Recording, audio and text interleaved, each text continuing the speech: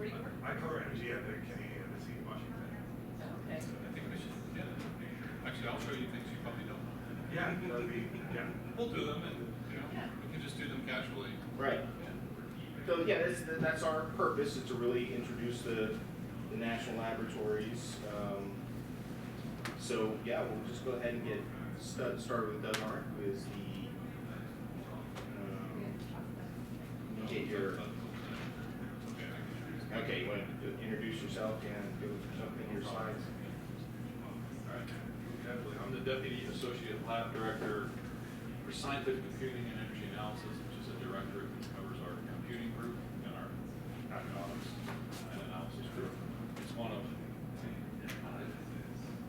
technical directorates. I think I'm looking at you. You probably material science, bioenergy, mechanical and thermal energy systems, energy system integration, and then ours.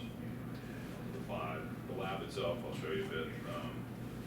I'm going to talk I'm going to try to blend the topic of science and economics together in terms of how we think about energy economics and energy analysis, which is a pitch I was making to the people on the power system discussions yesterday afternoon, which is at least not do pure economics, particularly in power systems. It is a physical system first and an economic system second.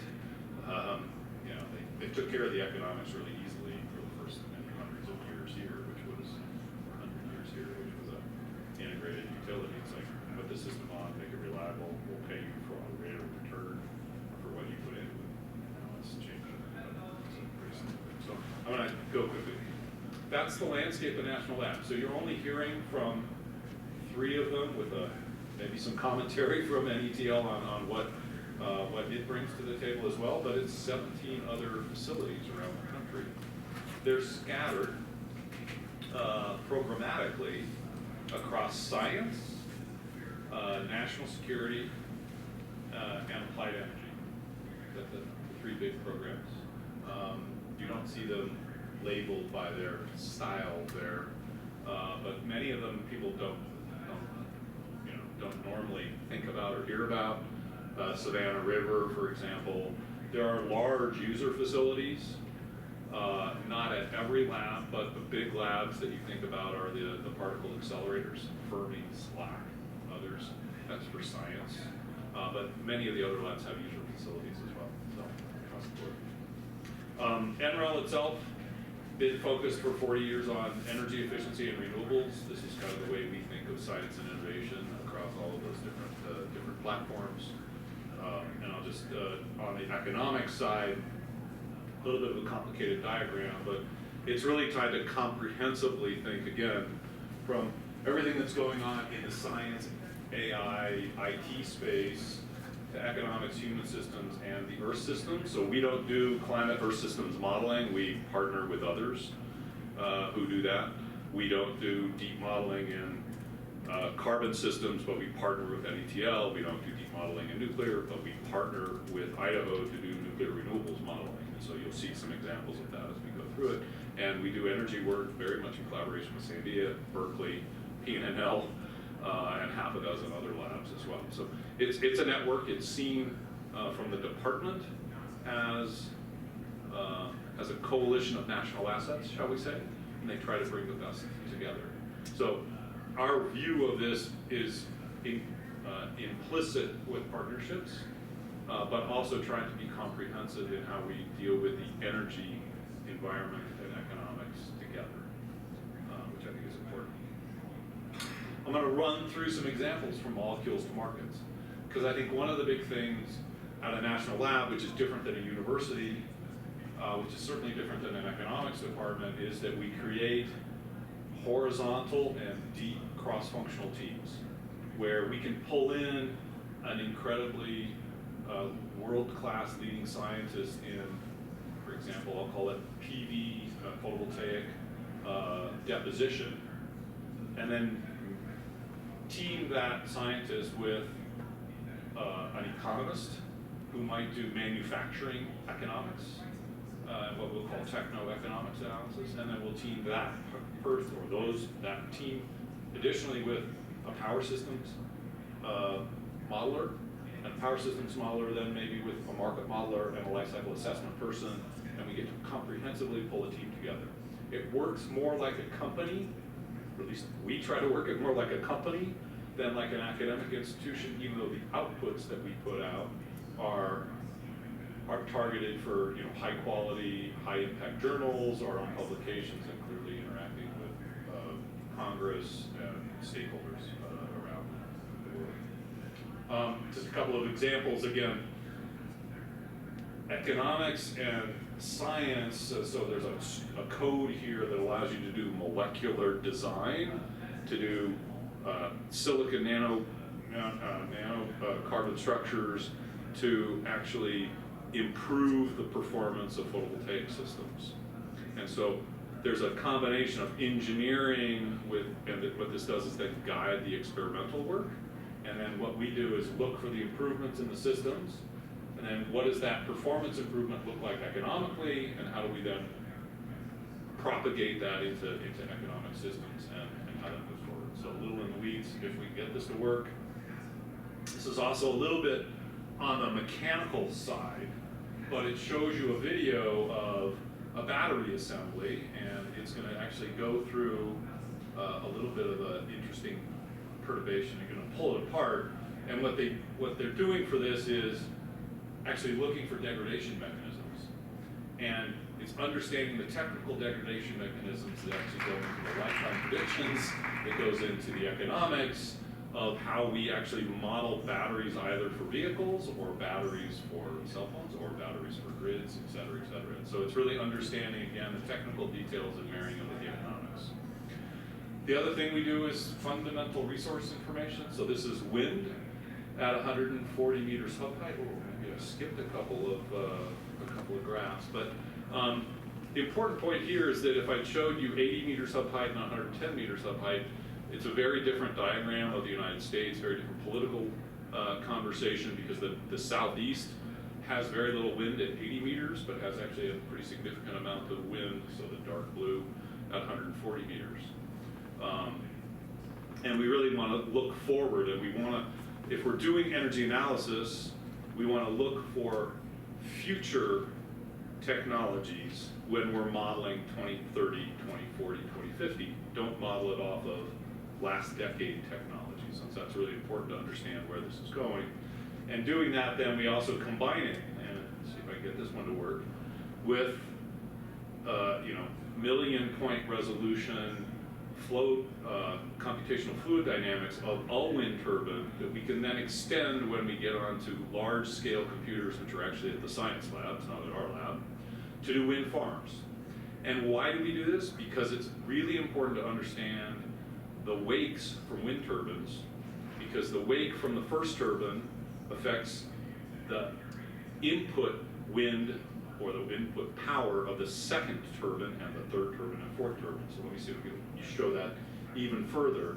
So here you can see wake propagation in the wind direction, and here you can see the dynamics of how that looks like over a wind farm. And generally, I would say, our knowledge today is that tells us we were actually not very smart when we started to build wind farms 20 or 30 or 40 years ago, because we put them in rectangular constructs, right? And so the second and third turbines see much higher turbulence and frankly much lower power output because the wind is not as strong because of the wake impacts. So we now have code out that we do 3D optimization, or allow people to do 3D optimization of their wind farm designs in order to see improvements of a few percent, which is billions of dollars of frankly revenue if you're looking at energy only. We've had a lot of conversation about whether or not that's energy or something else. And then you can do things like this, where you can actually go into that wake in a 3D visualization room, and you can see, this is just molecules walking through, so you can see the interaction of them. And you can show folks visually what intensive calculations provide, and allow them to build some intuition. And then you can create scenarios. You can walk through wind farms, you can see the turbulence hitting other wind turbines as it goes through, and again, play in an interactive environment so that you can bring a non-technical person in and they kind of get it relatively quickly in an interactive visual environment. And then, you know, you can do this in a visual cave about the size of this room. You can do it with VR goggles. You can do all sorts of, you know, you can delay it in all sorts of ways. And then we do other really cool stuff. So again, this is about marrying science and economics. And so when we think about analyzing the future energy systems of the world under a changing Earth system environment. So what does that mean? That means under classically RCP 2.5 to 8.5 scenarios, if you're thinking climate scenarios going forward, we need to understand actually what is the wind strength and pattern in 2050 or beyond based upon those scenarios. And there's a lot of ambiguity, right? There's ensembles of scenarios. Global models are run at best a quarter of a degree resolution. That's about a 100-kilometer grid cell. We like wind at sub 2 kilometers as best as we can get it, and 5-minute resolution. So in order to start to get at that problem, we've done some really cool work at Downscaling, and this is actually current work that's under review at one of the high-impact journals. I'm just sharing you some previews of it, where what you can see is actually using kind of AI techniques. So if you think of the algorithms that YouTube uses in order to screen all the videos to eliminate the high violent ones, I guess, or you know, some of the other things that they actually eliminate, they do that all automatically with a trained neural network and a trained data set. But those trained data sets don't work on technical data. So we built up trained data sets, and so you can see here, this is the 100-kilometer resolution, 2-kilometer resolution, all the way down to, now this is the wind ground truth, and this is what we're able to get from that 100-kilometer resolution climate data. So it's close, it's not perfect, but it's the best we've ever seen. And this is the spatial element of doing it, and now we're going to work on the temporal element as well. So this works for wind and solar. This is wind, actually. It works for solar as well. And this is actually fairly decent resolution on that side, and good enough, actually, for the solar side. On the sustainable transport, colleagues are upstairs. Other interesting visuals of, again, high-dimensional code, looking at, well, it's going to run through, but this is actually looking at, it's a program in combination actually with a couple of other national labs, looking at co-optimization of fuel blends and engine designs. And this is just, again, trying to understand what is the flame dynamics going forward in the cylinder in a vehicle, and then how do you evaluate this in order to go back to efficiencies and optimal blends of fuels and other things.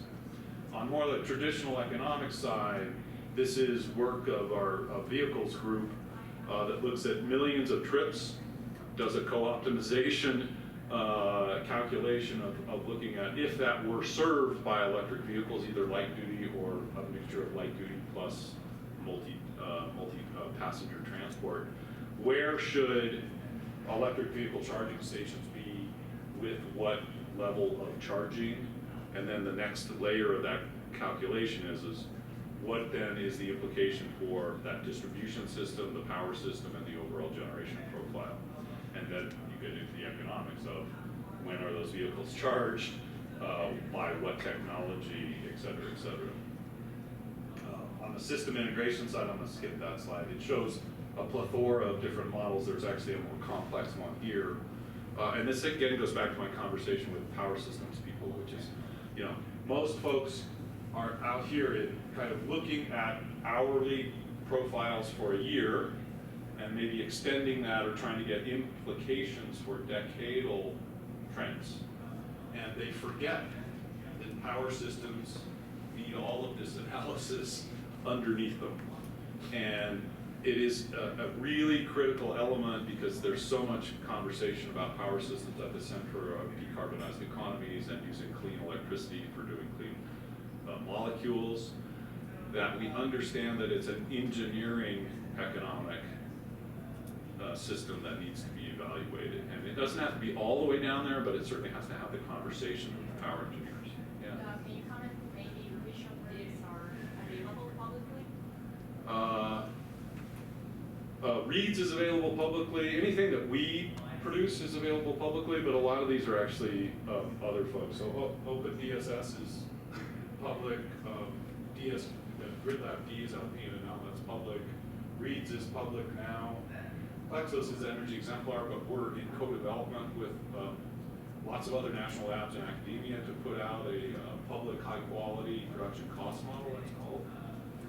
So that's in works in the open mod community, and everybody's working together on that. The other ones are not that I'm aware of, but we're trying to build a modeling community that puts this capability of tools out into the open source, particularly on the development side and more on the academic side. We'll try to start doing some of that work. All right, then the other key thing is how do you model power systems and frankly energy systems in the engineering economic sense of it. And so I'm going to show you a little story here.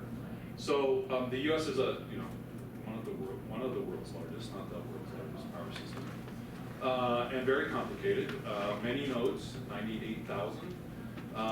If you want to do, well, I didn't show you the whole story, but we had two large integration studies that were commissioned by DOE. One was under the Western U.S., which is mostly an isolated group from the East. There are a few team actions. And the other one is on the East. The East looked at not high penetrations of renewables. If you were in the North American panel, they looked at like 30%. But the question was, what are the operational aspects? Is it resilient? Is it reliable? Does it meet criteria? And so what we had to do was actually break down, if we wanted to run a system that was that large, we had to break down the operational elements computationally so that we could run on a multi-node supercomputer. And what I'm going to do is I'm going to skip through all the details of that and just show you what the results look like. There we go. So this is, it's actually a combined synced graphic of running the West at exactly that hour in that day and the East in that hour in that day, put together computation to show you visually together. What you're seeing is the sun go down and the generators that are needed in order to meet load and the NERC requirements up and running. And then the sun comes up and you see the sun, the solar come up on the east, et cetera. And then the little arrows are the transmission flows. Again, least cost placed renewable generators because it's a future scenario, 2030. And existing fossil generators, existing nuclear generators, all with the best characteristics that we can of their operation characteristics. And then some built out future transmission if it's needed. And what you see in these little kaleidoscope diagrams as they jump around is the change of a given area. Let's see if I can get it to run again.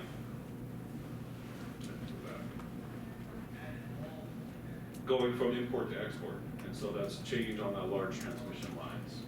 And you can get some intuition of all of the movement here, particularly the wind in the middle of the country, actually moving between SPP and MISO right now.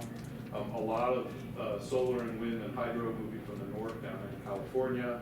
And then when it gets dark, you can see other changes where MISO's delivering to SPP, MISO's delivering down into CERT, et cetera. And you've got the interchanges because this has got Canada built into it.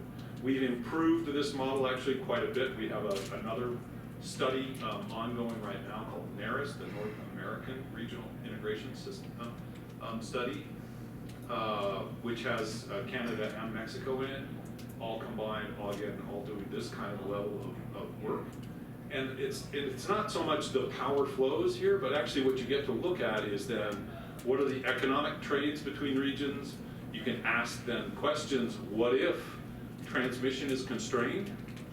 Would you build more distributed gen? Would you build more storage? Would you import from a different region or not? And so this is only one scenario out of 30 or 40 or 50 of them in a given study. But it gives you intuition of what's happening in that given region or across the country. And it's a capability that allows you, again, to marry the engineering and the economics together. We actually have also done this, if I can get it forward. Is it gone? Oops, sorry. Look up. No? Go back twice. See if I can get it to run. There. We actually did this in India. So India has a 175 gigawatts of renewable goal for 2022.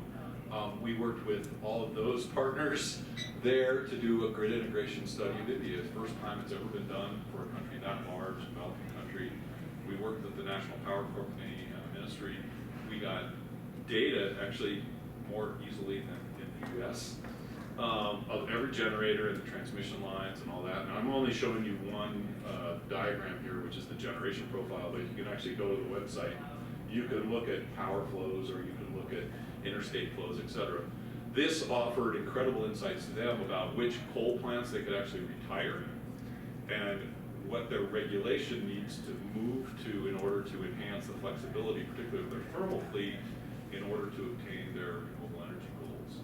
And this is now ongoing. We're doing state level work in Maharashtra and a couple of other states as well, again in partnership with lots of those folks. So it's a tool and a technique that's available and actually should be applied in every country as they want to go down these decarbonization pathways. I make that pitch a lot.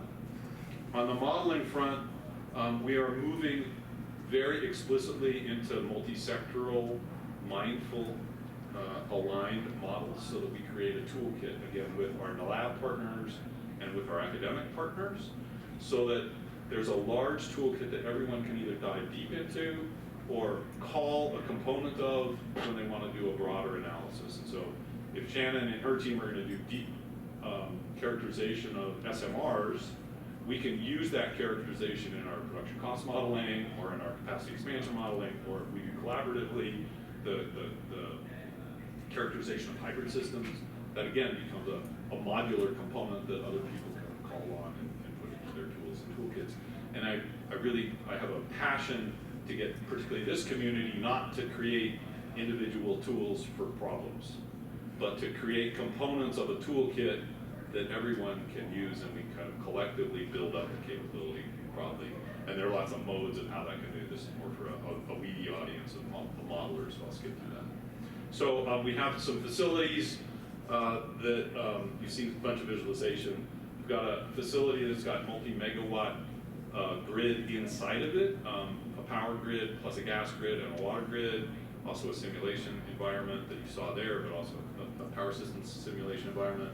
That actually combines with this new facility, which is just down the road at 10 to 20 megawatts. That will then be linked to Idaho to be able to do hybrid nuclear configurations. At this facility, we've got PV, wind, batteries, hydrogen, HVDC charging, what else? Water, yeah, we've got water in there as well.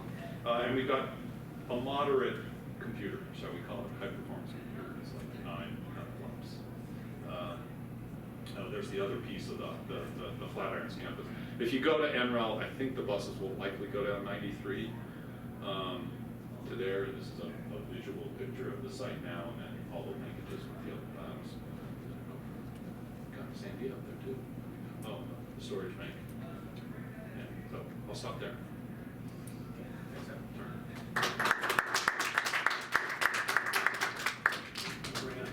We want to do questions at the end, or Shannon next. You want to do your I think we can operate here.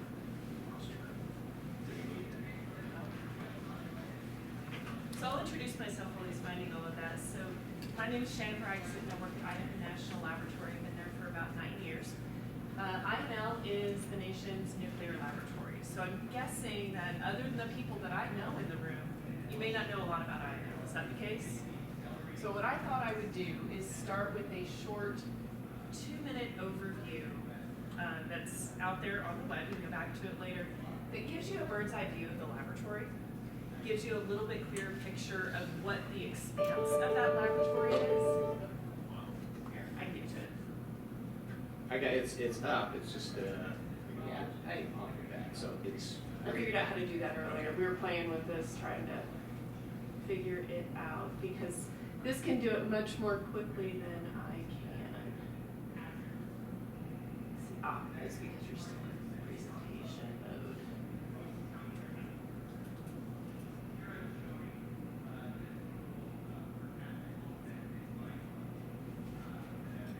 So I wear a number of hats at the laboratory, and I'll tell you a little bit about those after we look at this. Idaho National Laboratory is changing the world's energy future by advancing nuclear energy, by securing and modernizing critical infrastructure, and by enabling clean energy deployment.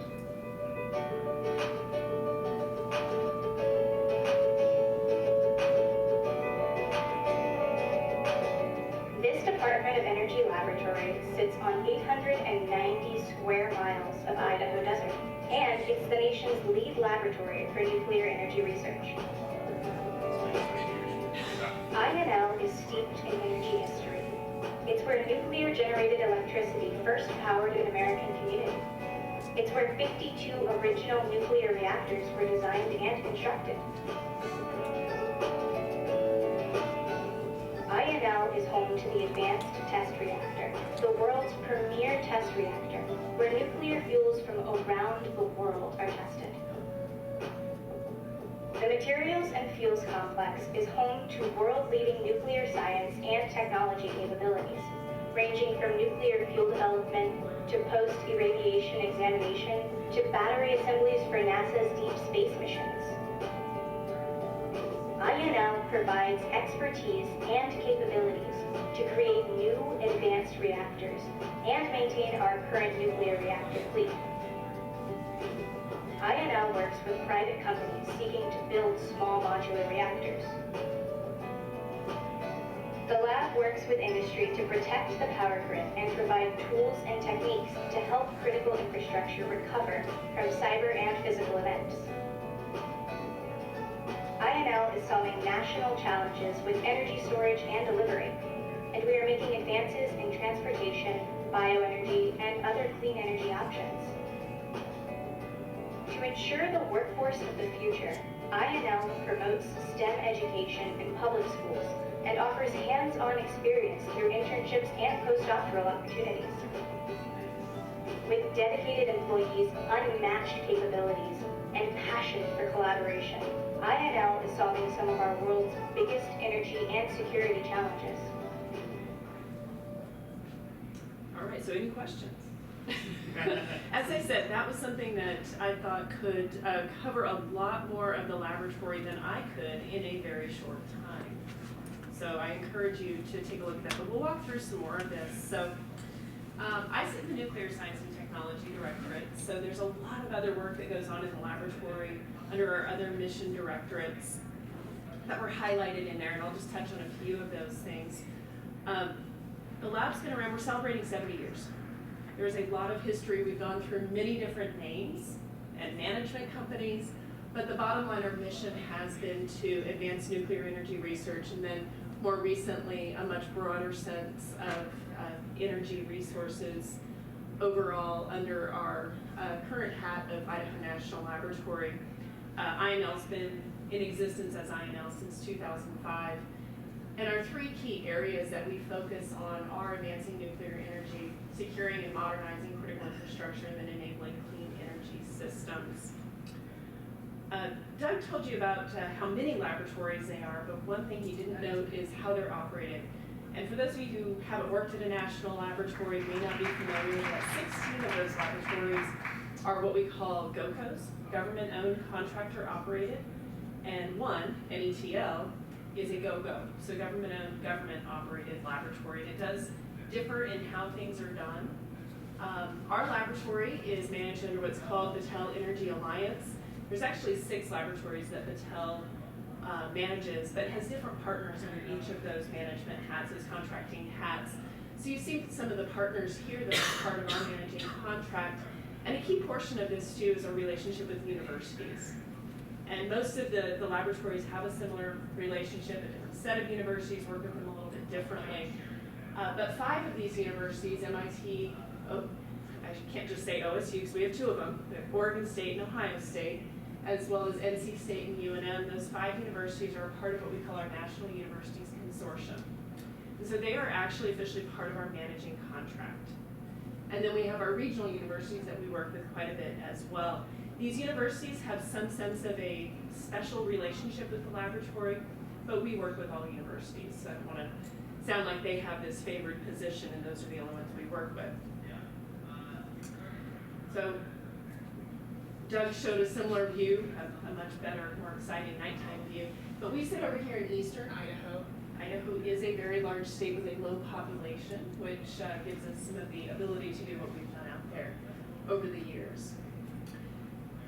So our vision and mission are here. We are focused on looking at the world's energy future and securing our critical infrastructure, which you saw in that video. And to do so, we work on discovering, designing, demonstrating, and working toward deployment of innovative nuclear energy solutions, clean energy options, as well as critical infrastructure. So one thing I want to highlight from here is that we are a research laboratory. We do work from some basic science research, but we truly are an applied energy laboratory, an applied engineering lab. So that deployment piece is extremely important to us. Demonstration and deployment. How do we bridge from basic fundamental physics on new advanced reactor designs and get those out into industry and deployed? So just by the numbers, you saw a lot of this in the video, we are very large. So the research and education campus, this is where I sit, this is where a lot of our offices are. This is where a majority of our energy and environment directorate sits, so where we do a lot of our renewable related work, biofuels work, all over here in town.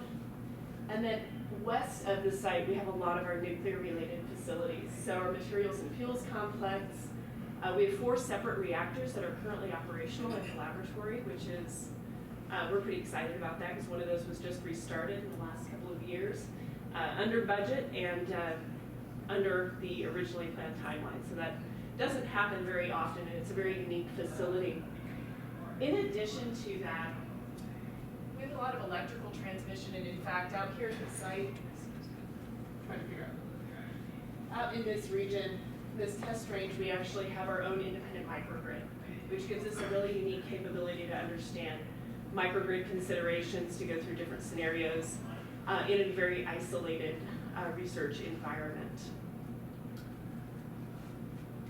So just highlighting the pictures, this is our recently restarted reactor. It's called the TREAT facility, transient reactor, a test facility. The advanced test reactor, which was noted in the video as the premier test reactor. We do a lot of fuels and materials testing in there. Very unique design. And our post-radiation examination facility, which is quite large, and I'll say that picture was taken when it was first commissioned. It's not empty like that anymore. It's quite full over the decades of use. So a little bit about the work that we do. We have 3 primary mission directorates, and I'll tell you about those here in just a moment. But in short, they're nuclear science and technology, energy and environment science and technology, and national and homeland security. We also have our facilities out at the site that go through the testing and demonstration of a number of advanced systems that support those mission directorates. We have 5 primary strategic initiatives within those mission directorate areas. The first 2 focus on nuclear energy primarily, so nuclear energy competitiveness and leadership, and integrated nuclear fuel cycle solutions. The center one, integrated energy systems, this is where I sit mostly. I, as I said, work in the Nuclear Science and Technology Directorate, but I interact with all of those mission directorates for this integrated energy systems area and serve as the co-director of that initiative, and I'll tell you more about that one. A new initiative for us this year is advanced design and manufacturing, using advanced manufacturing techniques for a number of different engineering designs, helping to support advanced reactor development. For those of you who heard me talk yesterday, I talked about some of the standardization of reactor design and moving toward factory manufacturing of different components and full reactor systems. Advanced manufacturing is a huge part of that to reduce cost and get to designs that we couldn't do in a standard manufacturing approach.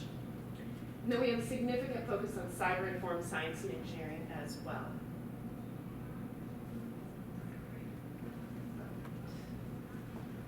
So looking at our primary research areas, nuclear energy, as I said, so we look at a number of different things. Let me just focus in here. Using a science-based approach to nuclear energy research to get to technically achievable, we focus on technical capability first, and then look at economic competitiveness. We've got to make sure it works before we care if it's going to be economic or not.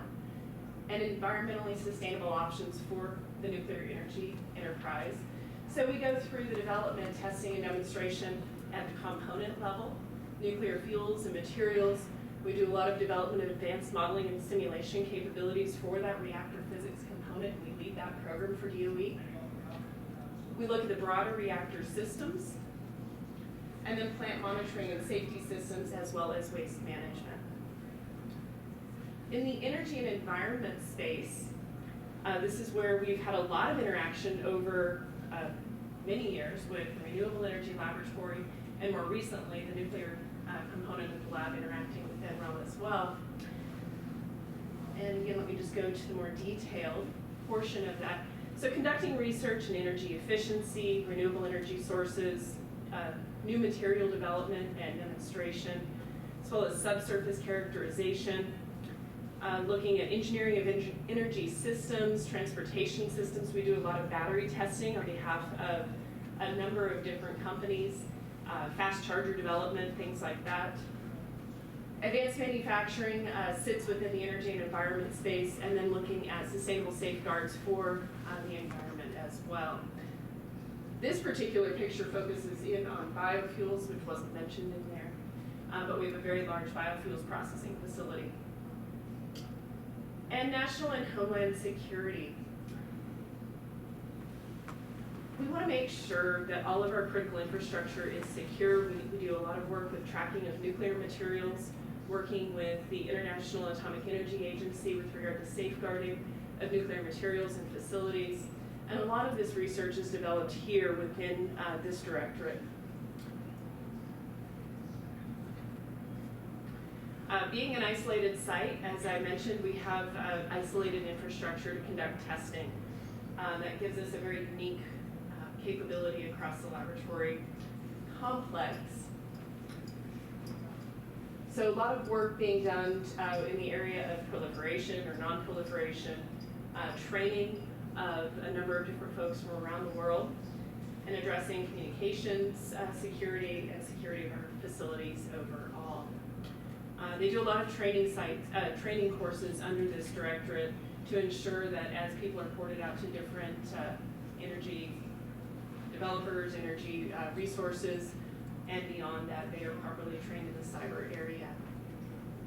Okay, so now I want to take a few minutes to dive deeper into the areas that I focus on daily in integrated energy systems. So really looking at how do we take advantage of current fleet reactors, small modular reactors, advanced reactors, very small modular reactors or micro reactors, in coordination with all these other resources to meet all of the needs in our energy use sectors. This is where we begin working a lot with other laboratories.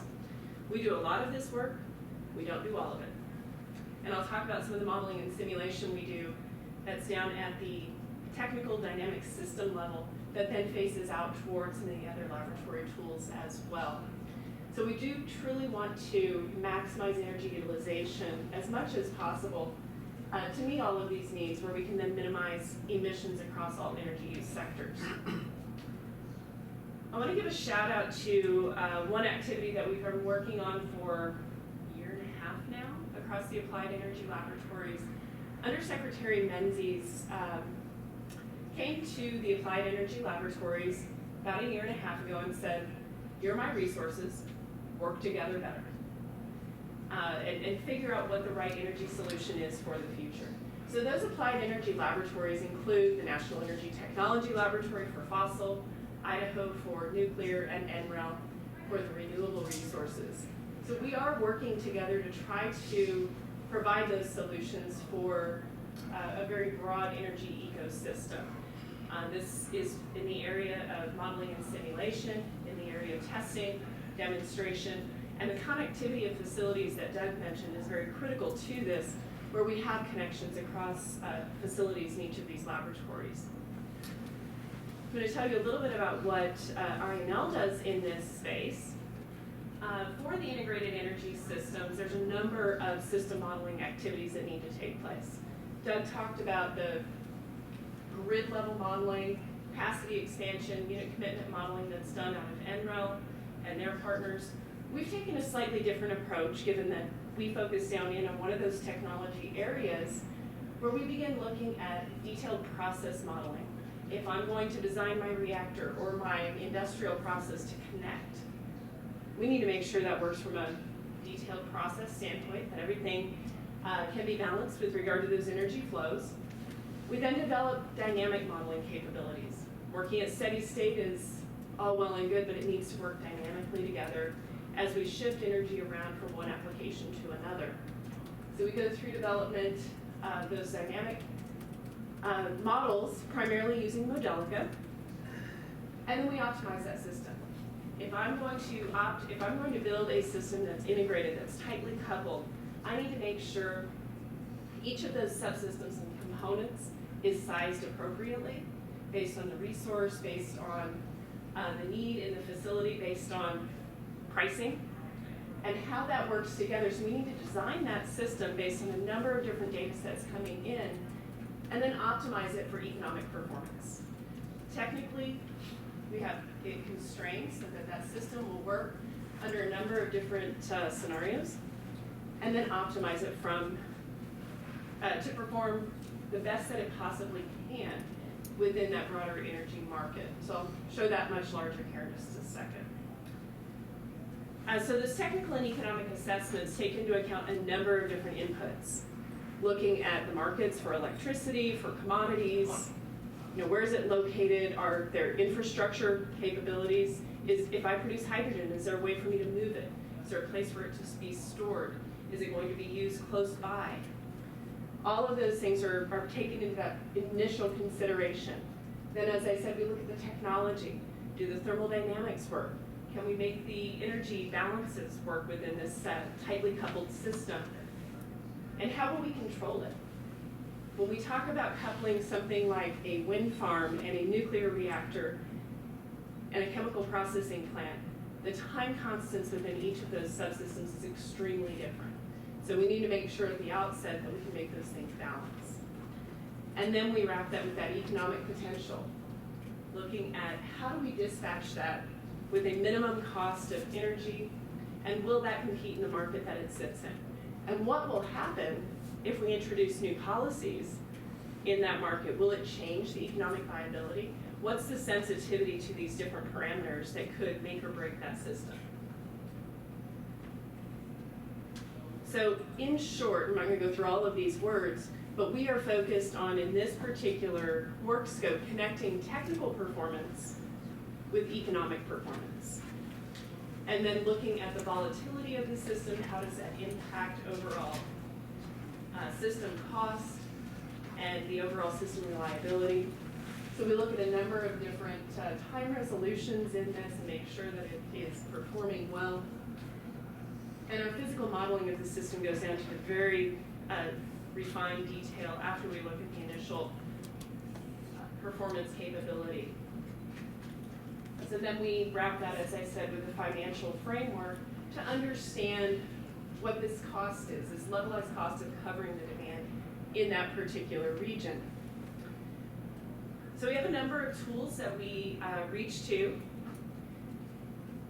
that are either developed in-house or are available external to that or developed under other programs. This Moose HERD, this is something that INL has been developing over several years now. Moose stands for Multi-Physics Object-Oriented Simulation Environment. It is based initially out of modeling a nuclear system, has a number of different components in that. It's called a herd because all of them have animal names, which is why this tool in particular is called Raven. And we have heron, and we've got bison and python, just a number of names in the herd. Yeah, that's the overarching. Zeus is Lord over all sense.